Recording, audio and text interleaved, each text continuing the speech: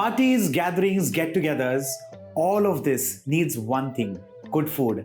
And when you have good food, of course, it adds into the fun and frolic of the occasion. Today's recipe is a recipe of a samosa. Which samosa, you may ask?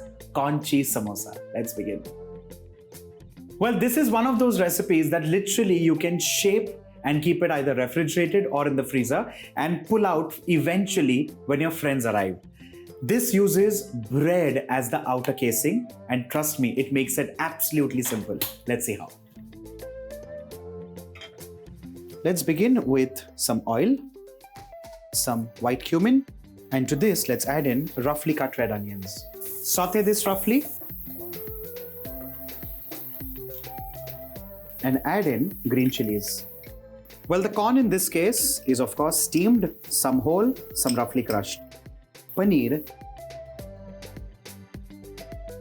and finally cheese. Just before mixing, a touch of salt. Let's mix this for a couple of seconds, and before the cheese begins to melt, off goes the flame. Let's transfer this on a plate to ensure that the cooling down is quicker, faster, and uniform. The mixture has well cooled down. The next step is to ensure that we start shaping the slices of bread. Let's see how. Let's cut the edges of the bread. Let's press the slices of bread. Add in a teaspoon of the filling. Apply water on the sliced bread and encase this in a triangle. Cut off the remaining edges to ensure it's nice and shapely.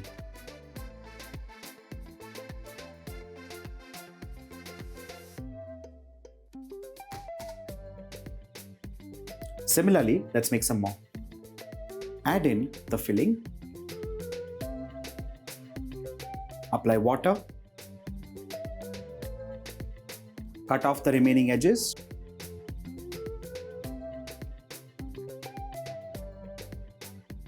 Our corn cheese samosas are shaped and ready.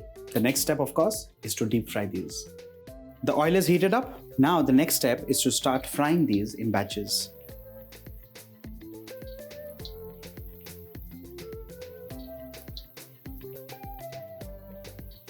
Let's transfer this on a plate.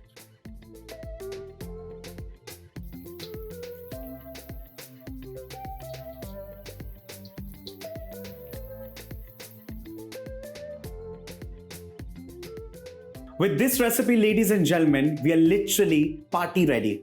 Make this for family, make this for friends, and like I said, invite them over and have a lovely gathering. This is me, Varun, signing off. Bye for now.